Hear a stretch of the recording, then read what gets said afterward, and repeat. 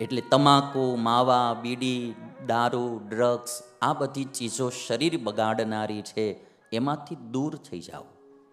દૂર થઈ જાઓ એટલે આમ મૂકી દઈશ, છોડી દઈશ એમ નહીં. એક ઘાન બે કટકા નહીં એટલે નહીં, બીજી કાંઈ વાત જ ન હોય.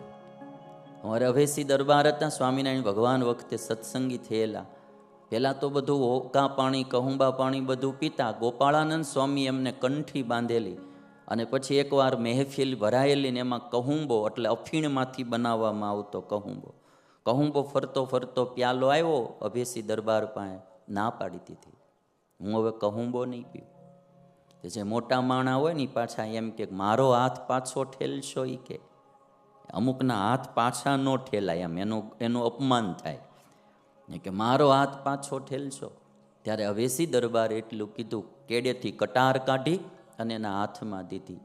લ્યો, તમારે હાથ પાછો ન ઠેલવો હોય ને તો આ ગળે ફાંડું પાડીને રેડો, બાકી મેં ગોપાળાનંદ સ્વામીની કંઠી પહેરી, આ મોઢે કહુંબો નહીં પીવાય, આ મોઢે કહુંબો નહીં પીવાય. કાંઈક ખુમારી હોવી જોઈએ. કોઈ આવે હાથ લાંબો કરે નહીં એટલે નહીં. ગમે એની પાર્ટીમાં ગયા હોય તોય ભલે, ગમે એના લગ્નમાં ગયા હોય તોય ભલે. હવે તો લગ્નમાં રિવાજ થઈ ગયા. પેલા બીડીની થાળી ફરતી હતી ને હવે તો પ્યાલી ફરે. ચાલો, પેલા બીડીની થાળી ફરતી, હવે પ્યાલી ફરે. એમાં એક કોઈક સંસ્કારી પરિવારને એને પછી દીકરીના લગ્ન થતા હતા, એને બોલી મોકલે ને કંકોત્રી, કંકોત્રીમાં લખેલું કે જેને દારૂ પીવાની ટેવ હોય એ કોઈ લગ્નમાં આવશો નહીં. તે વરાજો જ ન આવ્યો.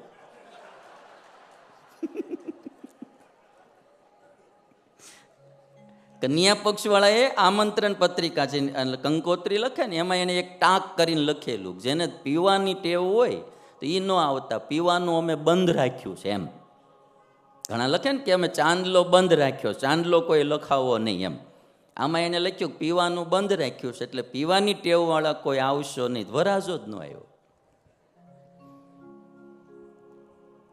અમુક ગમે એવો હાથ હોય ને તો પાછો. સોક્રેટિસને એના બર્થડે નિમિત્તે એના મિત્રએ બહુ ઊંચા કિંમતી શરાબની બોટલ દીધી ભેટમાં. એટલે સોક્રેટિસે આમ ઢાંકણું ખોલીને એના દેખતા તે જમીનમાં ઢોળી નાખ્યો દારૂ. એનો મિત્ર કે હા ત્યાં શું કર્યું, કેટલો કિંમતી આ શરાબ, આ મળે નહીં કોઈને, એ મેં તને આપ્યો ને તે આમ ધૂળમાં ઢોળી નાખ્યો. સોક્રેટિસ કે એ શરાબ મને ધૂળમાં મેળવી દે એ પેલા મેં એને ધૂળમાં મેળવી દીધો. પોઈન્ટ નાનો એવો પણ બહુ સમજવા જાવ. એ મને ધૂળમાં મેળવે એ પેલા મેં એને ધૂળમાં મેળવી દીધો. આપણો દેશ યુવાનોનો દેશ છે, ભારત દેશ. અને વિદેશી અમુક તત્વોની નજર ભારત દેશના યુવાનો ઉપર છે કે જો આ દેશની યુવા પેઢી ભણી ગણી અને જો હરખી ધંધે લાગી તો આ દેશને વિશ્વગુરુ બનતા કોઈ રોકી શકશે. કારણ કે ભારત દેશ પાસે ભાવ પ્રેમ છે, ભારત દેશ પાસે બુદ્ધિ છે, ભારત દેશ પાસે શાસ્ત્રો છે, ભારત દેશને ભગવાને ઘણું દીધું છે. અહીંયા આપણે ખેતી લાયક જમીન છે, અહીંયા પશુપાલન છે, નદીઓ છે, પર્વતો છે, સાગર છે. અહીંયા હું નથી, તમે વિચારો ભાઈ. બધા દેશ પાસે બધું નથી. અહીંયા 3 ઋતુ સરસ મજાની આવે, શિયાળો, ઉનાળો ને ચોમાસું. અમુક દેશોમાં 100 મહિના બારું ન નીકળે બિચારાને, બરફ જ પડ્યા કરે. અમુક દેશોમાં જાવ, દુબઈ ને આ બાજુ સાઉદી અરેબિયા, ગરમી 55 ડિગ્રી ગરમી, વરસાદનો છાંટો કોઈ દી ન પડે. આખું વરસાદ જ ન આવે. વિચાર તો કરો, અહીંયા રહેવાની મજા શું આવે. ઈશ્વરે ભારતને બધું આપ્યું છે. યુવાનો કેટલા આપ્યા. દુનિયામાં યુવા દેશ કહેવાય ભારત. એટલે અમુક જે નેગેટિવ વિચારધારાવાળા દેશો હોય એની નજર ભારત ઉપર છે કે આની યુવા પેઢીને ખતમ કરો. જેમ આપણા શાસ્ત્રોને ખતમ કર્યા કે આ શાસ્ત્રો આની પાસે હશે તો આ દુનિયામાં બધા ઉપર શાસન કરે એવો દેશ, શાસ્ત્રોને બાળ્યા પહેલાના જમાનામાં. હવે યુવા પેઢી એટલે દારૂ, ડ્રગ્સ, બીજું ત્રીજું ઘુસાડી આપણી યુવા પેઢીને ખતમ કરવાનું બહુ મોટું ષડયંત્ર ચાલી રહ્યું છે. આપણે બધાએ જાગૃત રહેવું જોઈએ. અમુક પિક્ચરો એવા બન્યા યુવા પેઢીને ખતમ કરવા માટે, એની વૃત્તિ ડાયવર્ટ કરવા માટે. અને એ લોકોને ફંડિંગ ક્યાં ક્યાંથી થાય કાંઈ નક્કી નહીં ભાઈ. લ્યો, ગમે એવા ત્યાંથી રૂપિયા આવે, ગમે એમ કરીને આવું કરો, એવી સ્ટોરી ઘડી કાઢે ને એવી સ્ટોરીઓ બતાવે. અને નવા કુમળા માઇન્ડના માણસોને લાંબી આગળ પાછળની ખબર હોતી નથી. એ જોઈને સીધું અનુકરણ કરવા માંડે. એટલે આપણી યુવા પેઢી બચે. આ તમારે જો આ હાથ દી હમણાં કથા પૂરી થઈ જાય આજ બરાબર, કાલથી ટાઈમે સૂઈ જાઓ. મારે તો આ રોજનું થયું. ઘણી વાર મને એમ થાય કે આ રાત ઉજાગરા આપણે હુકરવા કરવા, નહીં છોકરા પૌણાવા, નહીં કોઈના મામેરા પૂરવા, આ બધી માઠાકોટો કરવા. પણ એમ થાય કે આપણી યુવા પેઢી બચે, કોઈક સારા માર્ગે વળે, તો આ પણ હું એક પ્રકારની દેશ સેવા સમજું છું. પધારો. આપણા નાગલપુર વિસ્તારના રામજી મંદિરથી ગોપાલપુરી મહારાજને બધા પધાર્યા છે. એકવાર જોરદાર તાળીઓથી. બાપુ અહીંયા આવો, આ બાજુ સંતો બાજુ આવી, અહીંયા આવો, પધારો.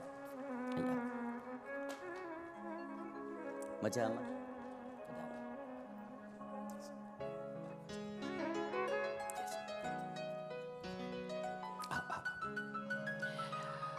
તો વાલા ભક્તો, ખાસ આપણી યુવા પેઢીને મારી આ ભલામણ એટલા માટે, આ છેલ્લો દિવસ એટલે કહું, વ્યસનો હોય તો આજ દક્ષિણામાં દાનમાં દઈને જાજો બધા ભાઈ.